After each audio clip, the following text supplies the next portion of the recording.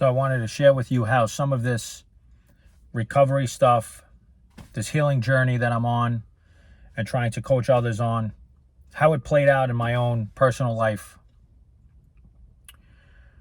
So the other day, my son is about to be 7 years old next month, and he's playing, he's like the notch above T-ball now. They call it bantam baseball. So some of these kids are pretty good already. They have some skills already. And my son is behind. It was never really interested when we did T-ball, so I didn't really push it. He didn't really want to practice, but this time around, we signed him up for this fall bantam ball. He's into it. He also sees the other kids are pretty good. So the other day, after school, he wants to go to the field and practice. So I take him down to the field and we start to practice. So as soon as we start to practice, I grew up playing a lot of sports. I tried to start teaching him. So I said, when you throw the ball, got to bring your arm back. You're going to step towards the target with your opposite foot. And I kind of just saw him, he wasn't really open to my teaching. He kind of just wanted to continue just to throw the ball. So I observed that. Little mental note. I was like, all right. But in my mind, that's what we're there for. I have to teach him how to play. He already can see that these other kids are pretty good. And that they have an idea of how the game is even played already. And he knows he's a little bit behind. So I want to make sure that, the skills I have and what I've learned in my own life, I'm helping him. So after we're throwing the ball back and forth, he says, I want to hit the ball now. So in bantam baseball, there's no T-ball anymore. I pitch it to him. So I notice as I'm pitching it to him, his stance is a little off. I want to try to him to, keep the bat back a little bit. So I walk over and I start adjusting his stance and frustrating, or he says in a frustrating tone, I know. So my reaction was to be like, you don't know. That's why I'm here. You don't know what you're doing. And if you continue to do this, you're not going to know how to play baseball and you're not going to be as good as the other kids. I have all of this as an adult in my mind makes so much sense to me. And I could also even tell myself that I'm doing this for him. I'm only trying to make him better. I don't want him to feel insecure with other kids who can play baseball better. I don't want my son having a low self-esteem because he goes out on the baseball field. He sees all the kids know what they're doing. They're hitting the ball well. They know where to throw the ball. They know, who's at first, who's at second base. I don't want him leaving there feeling less than. So as an adult, as his parent, I have all this inside of me.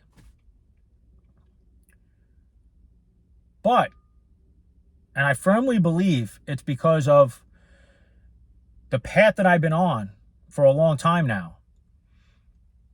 In that moment, there was another part of me that stepped in and was thinking, well, what happens if we don't worry about his low self-esteem? What happens if we don't worry about what his friends would think if he's not good in baseball? What happens if we don't worry about whether he doesn't think he's good in baseball or not? And I allowed myself to just be with that. Now I'm doing this while me and him are still practicing. I'm just kind of doing my inner dialogue back and forth. And for a lot of people, it might sound a little crazy to some. And I know when I started this a couple of years ago, and none of it really made too much sense to me because I never learned it. And today, it's such a valuable part of who I am as a person. And then it filters out into how I am as a husband and especially as a dad. And so I'm going back and forth in my internal dialogue here about what would happen if I just let this be. What would happen? And that's such a key for so many of us. Listen to that internal dialogue, but that takes practice. Am I thinking it's all up to me? I'm his parent. I have to do this. Right? Those are powerful words. I have to do this.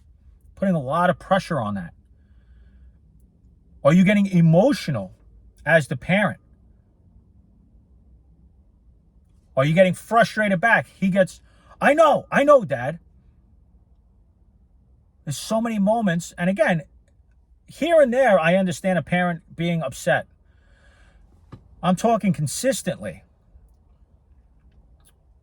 What would have happened if I went back at him and said, listen to me, or I'll take you out of here. You know, we're not going to have a good practice if you're not going to listen to me teach you how to do baseball. Do you want to go back out on that field and stink it up? You want to embarrass yourself in front of other people? Like, there's so many roads we can go down that as an adult, if we are not taking care of ourselves, I believe that it's going to leave a wound or a scar in my son, right? In your child, if we react in all these different ways. And here's the thing. I know in my heart that I'm trying to be a good parent. Just like I know so many parents out there that are doing the same thing. They love their kids. They want to do the best. But they don't know that their reaction or that not being emotionally in tune with themselves, how it can actually impact their kid. How it can actually hurt their kid even in the long run. Without learning any of this, we have no idea the messages we are giving to our children. And so in that moment, I allowed my parts to come up. I did some inner dialoguing. And for me, the next question that came out was, do you want me to teach you how to play baseball? Do you want to learn the skills? Or do you want to just practice, have some fun, and kind of just do it on your own? And he just looked and he said, I just want to do it on my own. And that was it. That was it. I asked him a question.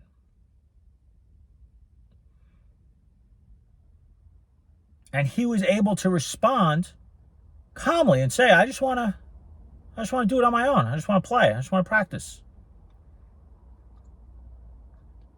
And that's what we did.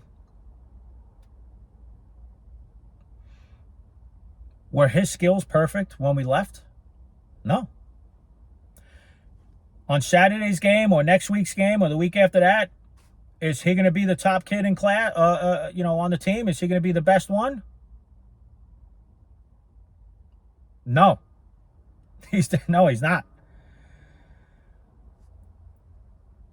And I can see how a lot of that within the adult, within the parent, if we are not working on that, that could really impact us.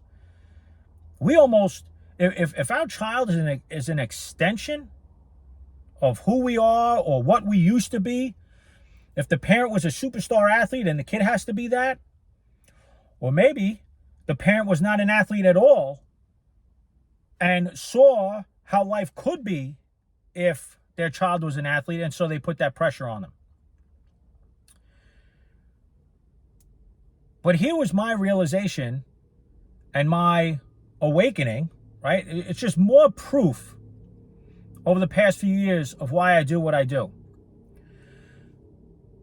Now, like I said, my son didn't learn these skills. He's not fielding ground balls. He's not turning two. He's still getting up in the batter's box and his feet are still, one foot is facing first base, the other one's facing third base.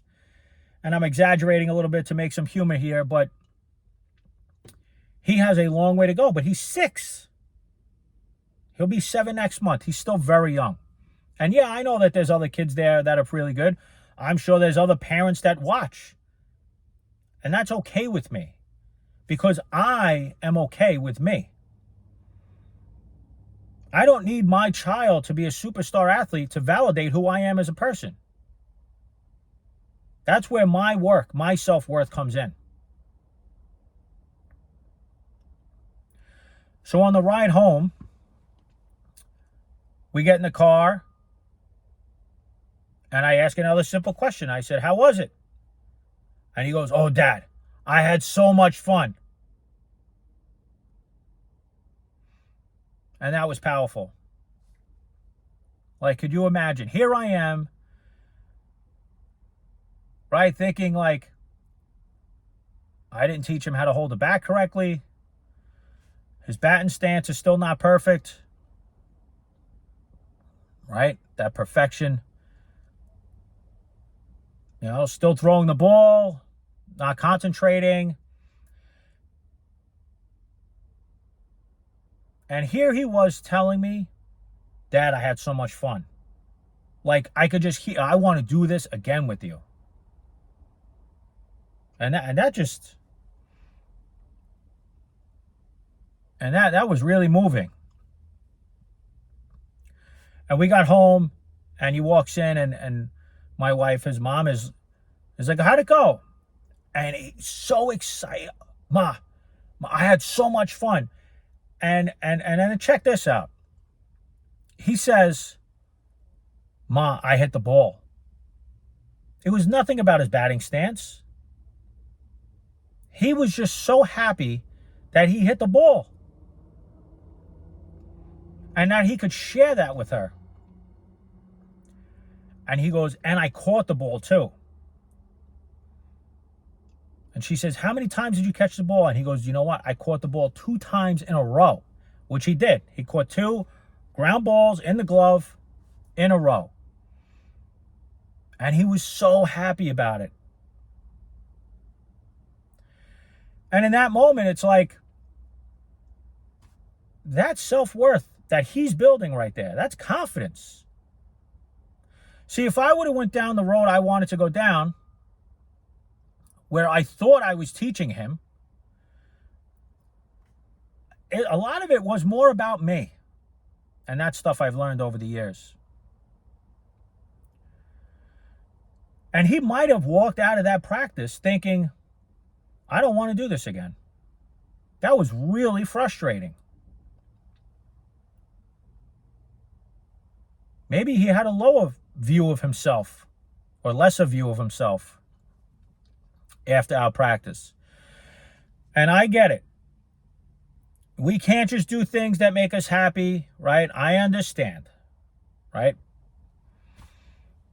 Sometimes we have to face frustrating circumstances to get better. I'm with you. But it's really important that we know what we need and what our child needs, so that we can be on the same page, and then I could do what I did with him.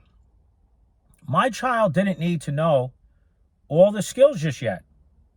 Where my child was at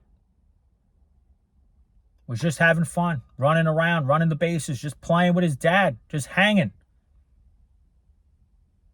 just enjoying it. And in his own little world, he did great. That practice worked for him. And that means so much to me as a parent. And, you know, I had to take some real hard knocks on the head with that. Because I used to be so baffled that I used to think I'm doing what what I feel like needs to be done. How am I creating a problem? I didn't see it. And I don't think a lot of people see it.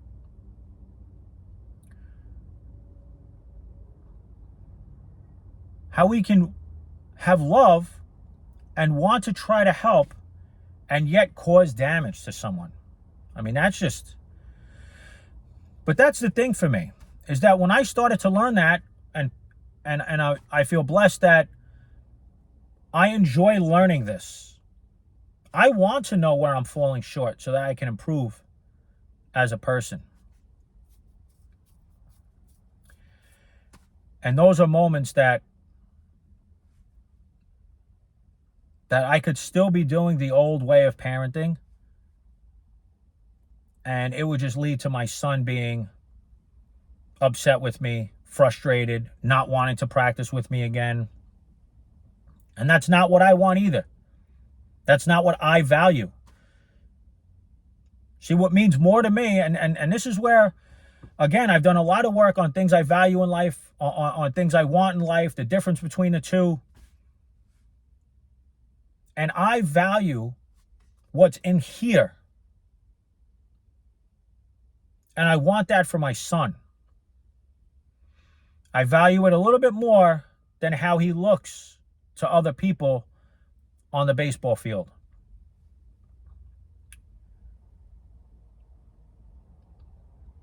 And that's part of the work I've done. I'm able to see that. And those are the moments. It's not these big,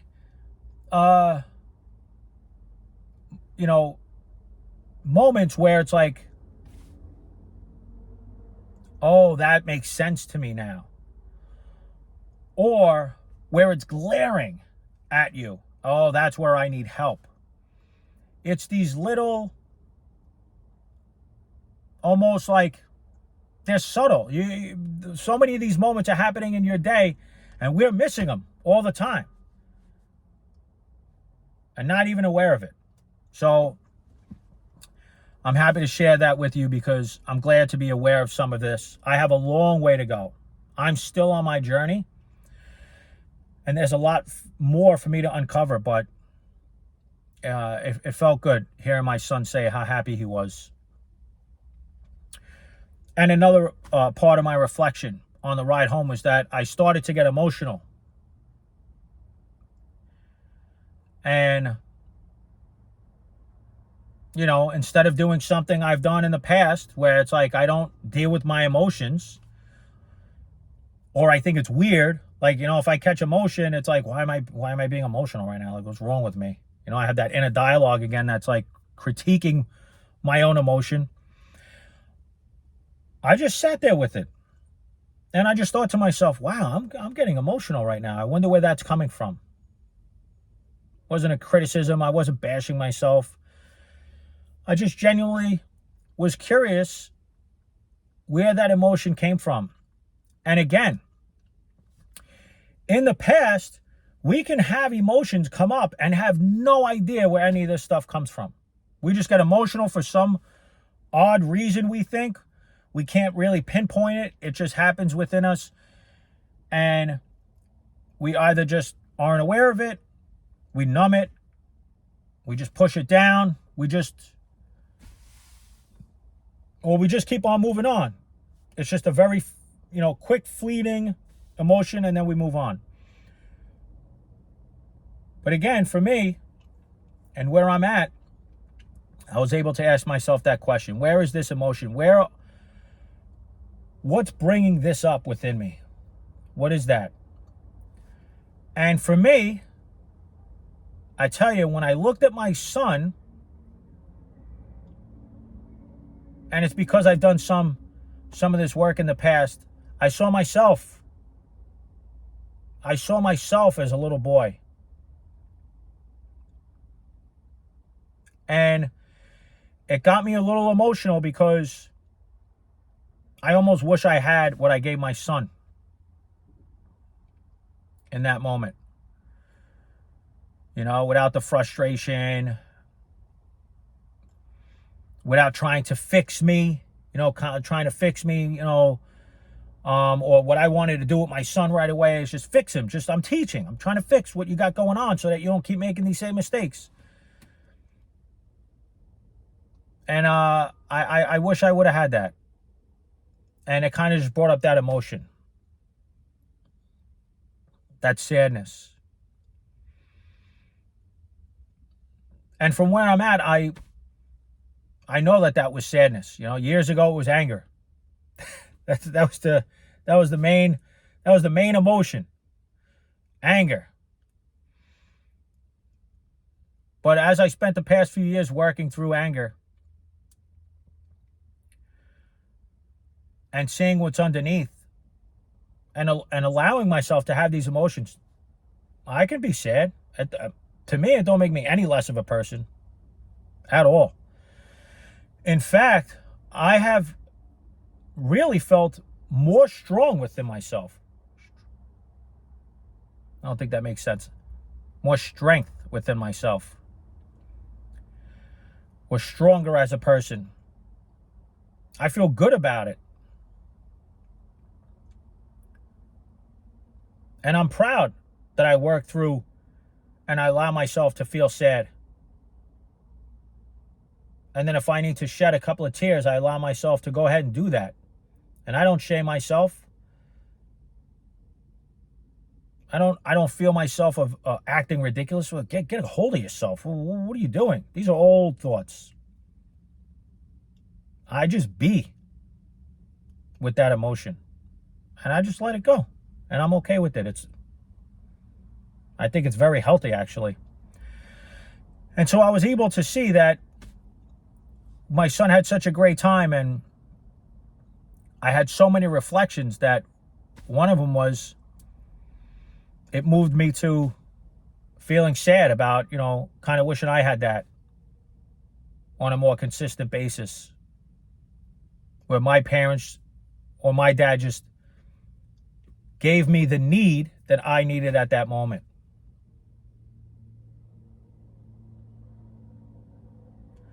And I think that could have went a long way for, how I felt about myself and things like that. And just to be clear, I know some people might hear that and take it the wrong way and stuff. And I don't ever blame my parents. In fact, part of this journey is also admiring and acknowledging what my parents also have done for me. But I have to be accurate with that whole picture, though. And I think a lot of people fall short of that. They don't want to blame. They feel guilty if they bring that up about their parents or how, what their parents did for them. And I'm not negating any of that. I know the good that came from my parents and my grandparents. I also know a lot of the hurt that came from my family. And so I need to be accurate with that whole picture. I got to take the good, but I have to look at the bad or what was not healthy. Because if I want to change and be that, cycle breaker, then I have to do the work. I have to look at that. And I've learned that it's okay to look at that. That my parents were only given to them what they got from their parents.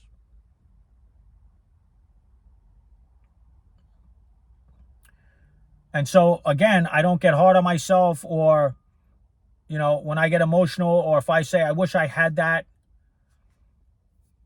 I don't have any ill will towards my dad or towards my parents at all. In fact, I believe my relationship with my parents over the years has gotten a lot closer. And so I'm glad I was able to get over that hump, And I think a lot of people struggle with that. They almost feel like they're letting out a family secret or they're backstabbing a family member, throwing them under the bus, ratting them out. And, when I had those thoughts, I thought they were natural to me. They seem so real. And I learned that they're very dysfunctional. Those thoughts don't help me at all. And they definitely aren't going to help my marriage or my son.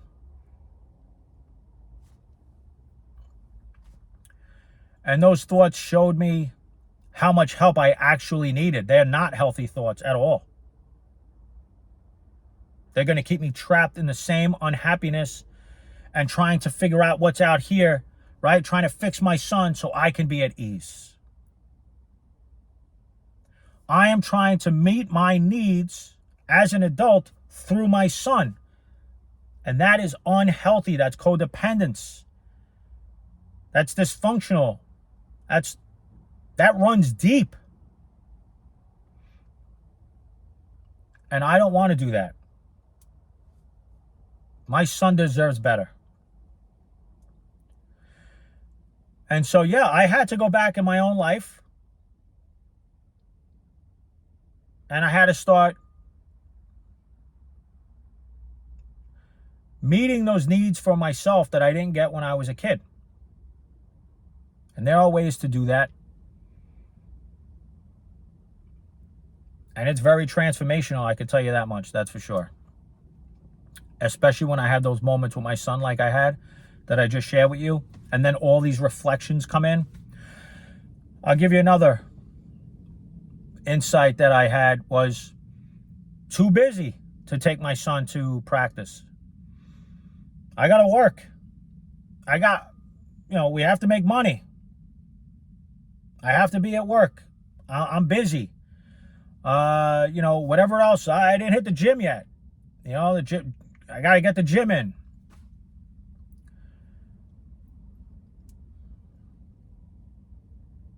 And, food shopping, cook the food for the week. I got to meal prep. All of these I could use. And they're very valid for me anyway. They're extremely valid, right? Working, making money, hitting the gym, exercise, cooking for the next few days so I know I'm eating healthy. Those are big parts of my life. They help me function.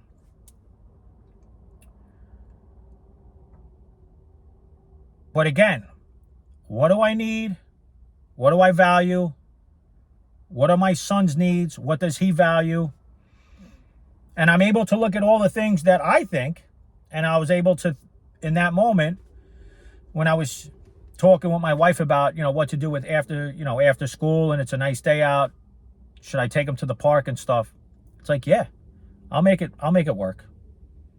All those other things have to get figured out. That's on me. I can make it work. Going to the park with him, that's where it's at for me. And like I said, it brings up so much. So I make time. I have to make it work. I have to know that within myself. What do I value? Listen, if I value going to the gym over playing ball with my son, then that's something you have to figure out. But for me, it's the other way around. And obviously, I don't negate any of the other things either, because they are they are ways of living that I enjoy. And that I know make me a well-rounded human being, right? They're all for my personal development. So I didn't neglect any of those areas. But taking my son to the park I was able to say, I get it. I want to do that. And then seeing my son have fun, and in that moment of asking just that one question, do you want me to teach you right now, or do you need me to just sit back and just let you do your own thing? And he said, I just want to do my own thing. That was it. Now, I don't know about you guys, but I know for me, all of this that I talked about, this, unfortunately, isn't natural for me. I want to go down the other road that I talked about that could lead to more problems for him in the future. I don't even know that I'm trying to get my childhood needs met through parenting him. So how do you know you're doing that? There are ways, and I'll talk about it in another video, but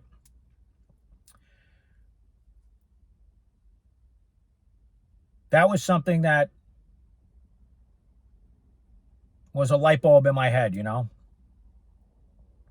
was like all he needed me was just to let him do his thing. And the other thing was getting emotional and being okay with that. Shedding a couple of tears about feeling sad because I felt that what he got that day was was pretty rewarding in here. And I wish I had that at times in my own childhood. And so I allowed myself just to grieve that. And that's okay with me.